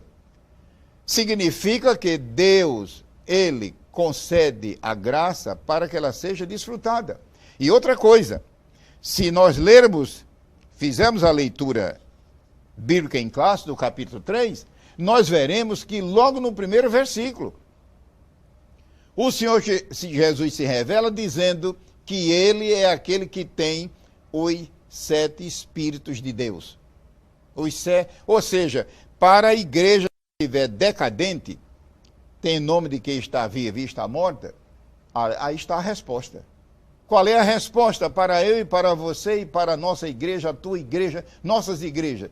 Ter uma vida abundante no Espírito Santo é cada vez mais se renovar, porque a palavra Espírito tem a ver com vida. O Espírito Santo é chamado Espírito de vida, a lei do Espírito de vida em Cristo Jesus. E Jesus se revela como os 7. Nisto nós vemos a graça de Deus. Veja, uma igreja decadente, uma igreja formal, que só tinha o nome de igreja, mas estava morta. Jesus se revela como aquele que tem os 7 Espíritos de Deus. Ou seja, a vida abundante, abundante. Ou seja, essa igreja pode voltar ao primeiro estado. Promessa aos vencedores e o desafio para os fiéis conservarem a renovação. Eu gostaria de concluir esse ponto da lição na parte do desafio, que é o ponto número 4. No versículo 6 que diz, quem tem ouvidos, ouça o que o Espírito diz às igrejas. Em todas as 7 cartas de Jesus às igrejas do Apocalipse, que ficavam na Ásia Menor, ele termina dizendo, quem tem ouvido, ouça. Lembremos que não é o ouvido, primeiramente, da cabeça, o ouvido físico, mas é a disposição da pessoa a obedecer. Ou seja, mesmo que nós estejamos em fraqueza, que Deus nos conceda graça para nos aproximar do assunto da Bíblia de Deus com o propósito de obedecer. E não apenas o propósito de ouvir, de curiosidade, de querer saber, não, o propósito de obedecer. Deus, ele fica contente com esse propósito. Quem tem ouvido, ouça que o Espírito diz. Ou seja, o Espírito não apenas pensa, ele diz, ele fala, ele é vivo, ele é real. Então, como conservar o verdadeiro Pentecostes? Verificar a condição espiritual da pessoa. Como eu disse numa lição passada, não ficar procurando santidade na vida dos outros. Mostrar primeiro a sua.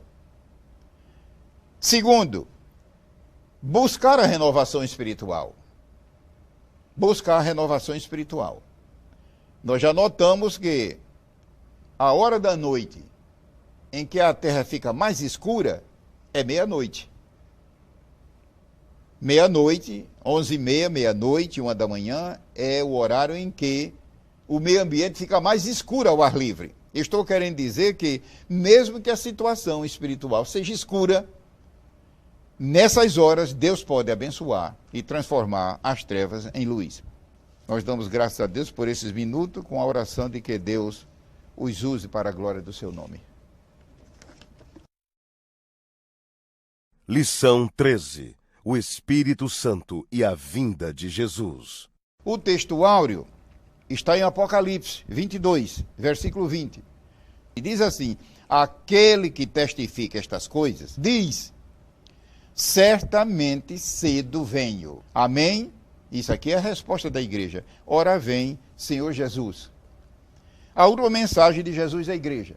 E outra coisa, meus amigos, meus irmãos, neste capítulo 22, 3 vezes, a revista só coube uma vez, mas 3 vezes nesse capítulo ele diz a mesma coisa.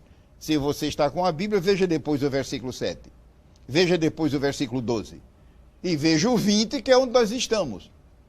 A mesma mensagem, isso não é maravilhoso? E por que 3? Não podia ser 4 ou 7? Será que isso não quer dizer É o Pai dizendo que Jesus está vindo, é o Filho dizendo que ele está vindo, é o Espírito Santo. Por que 3? Se 3 é o número que indica a Trindade. É maravilhoso isso. A Bíblia é toda maravilhosa. E alguns poderão dizer, mas onde na Bíblia está vinculada a volta de Cristo diretamente com a pessoa do Espírito Santo? Há muitos lugares. Você já viu que as lições de 1 a 12 foram todas o texto bíblico ligados direto à pessoa do Espírito Santo. E a 13, eu vou deixar 2 versículos para quem quiser meditar. Os versículos não estão na revista. Romanos 8, e veja o versículo 11. E depois o versículo 23, versículo 11. E se o Espírito daquele que dos mortos ressuscitou a Jesus, ou seja, o Espírito de Deus, habita em vós, aquele que dos mortos ressuscitou a Cristo, você já sabe que é o Espírito Santo, também vivificará os vossos corpos mortais. Já nesta vida, o Espírito Santo pode remoçar, pode rejuvenescer o nosso físico, creia nisso. Mas veja agora o final do versículo. Vivificará os vossos corpos mortais. Você está vendo que mortal significa o corpo atual, mas o final diz, pelo seu Espírito que em vós habita. E veja agora o versículo 23. E não só ela, mas nós mesmos que temos as premissas do Espírito, também gememos em nós mesmos, esperando a adoção, a saber, a redenção do nosso corpo. Aqui está o Espírito Santo operando, realizando a ressurreição dos salvos. É claro que se refere à volta de Cristo. E eu imagino, irmãos, o rebuliço que haverá na face da terra naqueles segundos e momentos que precederá o arrebatamento. O Senhor Jesus Cristo, pelo Espírito Santo, transformando os vivos e, antes do que isso, ressuscitando os mortos. Então aqui está uma rica passagem sobre o papel do Espírito Santo na volta de Cristo. A lição tem 4 pontos principais, eu vou apenas ler os títulos e depois é meu pensamento fazer uma leitura rápida da síntese do livro de Atos dos Apóstolos, que é o livro chamado Atos do Espírito Santo. Quais são os tópicos da lição? Como será a vinda de Cristo? A lição expõe isso, que a sua vinda será em 2 momentos. Ele primeiramente arrebatará a sua igreja. A Bíblia diz que isso será num momento de tempo, num átomo de tempo, ou seja, num tempo que é indivisível. E esse acontecimento, ele será secreto para o mundo. O mundo não tomará conhecimento. É coisa entre o noivo e a noiva. Mas haverá um segundo momento, uma segunda fase da sua vinda. Eu não estou dizendo que Jesus vem 2 vezes. O que eu estou dizendo é que a sua volta terá 2 fases ou 2 momentos. No segundo momento, algum tempo depois, ele virá em glória, manifesto, publicamente, e será uma coisa aterradora para o mundo. Você me ouviu? Você me viu? Uma coisa aterradora, pavorosa para o mundo sem Deus. Que eles vão se defrontar com aquele a quem eles rejeitaram. Sinais da vinda de Cristo. O terceiro ponto, que são propósitos da vinda de Cristo. Como eu disse aqui uma certa ocasião, o que seria da Bíblia? O que seria da igreja? Se na Bíblia não existisse o livro de Atos dos Apóstolos. São 28 capítulos e cada capítulo ou seção do livro trata de um aspecto, de um particular do Espírito Santo em relação à igreja. Capítulo 1, a promessa do Espírito Santo. O capítulo 2 do livro de Atos, o derramamento do Espírito Santo. E o capítulo 3, milagres pelo Espírito Santo. Capítulo 4, ousadia santa pelo Espírito Santo. Capítulo 5, a deidade do Espírito Santo. O Espírito Santo é Deus, como o Pai e o Filho, e não apenas uma força, um poder ou influência. Capítulo 6, trabalho no poder do Espírito Santo. 7, testemunho inspirado pelo Espírito Santo. O capítulo 8, expansão da obra pelo Espírito Santo. O capítulo 8, todos sabem que o evangelho, a igreja, saiu fora das fronteiras de Jerusalém e adentrou-se pelo país. Expansão pelo Espírito Santo. 9, conversão pelo Espírito Santo. É onde Paulo, que era o arqui-inimigo da igreja, o Espírito Santo o converteu. 10, céu aberto pelo Espírito Santo. Foi quando Deus deu uma visão a Pedro e ele viu como se o céu estivesse aberto e a maravilha da salvação para todo mundo ficou clara para ele. O Espírito Santo. 12, livramento pelo Espírito Santo. Pedro estava para ser morto sem escape. E de repente o Espírito Santo operou o escape dele, escape na hora. 13, obra missionária dirigida pelo Espírito Santo. O capítulo 13 de Atos é um grande compêndio sobre missões. 14, confirmação da obra pelo Espírito Santo. A obra não apenas é plantada, mas confirmada. 15, assembleia de líderes pelo Espírito Santo. É disso que trata o capítulo 15. 16, perseguição com vitória pelo Espírito Santo. 17, avanço da obra pelo Espírito Santo. Quem lê o capítulo 17 de Atos, nota que a obra avançou igual fogo no campo aberto. E o segredo disso foi o Espírito Santo. 18, liderança na obra pelo Espírito Santo. Pode estudar o capítulo 18 que trata disso. A obra de Deus, ela carece de líderes. Líderes que Deus levanta. Mas lembremos que o líder não é substituto do Espírito Santo. 19, demonstração pelo Espírito Santo. Ou seja, o mundo, a igreja, precisa ver, testemunhar, ver ao vivo as maravilhas de Deus. É o 19. 20, revelação pelo Espírito Santo. Ou seja, revelação é aquilo que ninguém pode saber, nem descobrir, investigando, estudando. Revelação significa trazer à tona o desconhecido. O Espírito Santo faz isso no capítulo 20. 21, previsão pelo Espírito Santo. Ou seja, o Espírito Santo, ele prediz. 22, presença do Espírito Santo. 23, proteção do Espírito Santo. 24, coragem pelo Espírito Santo. Se alguém precisa dessa coragem, o segredo está aí. 25, convicção pelo Espírito.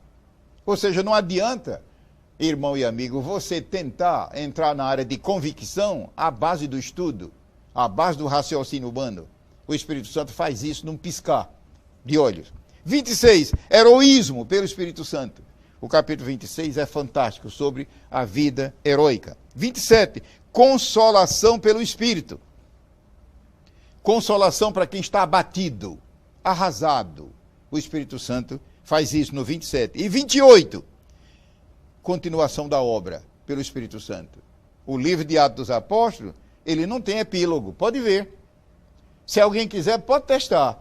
Todos os livros da Bíblia têm epílogo. Terminam sempre com saudações, amém, até logo, aquilo outro, até o Apocalipse. 28, Atos não tem. Ora, o que é que isso nos ensina? Que a obra não pode parar, a obra continua pelo Espírito Santo. Que Deus nos abençoe em nome de Jesus.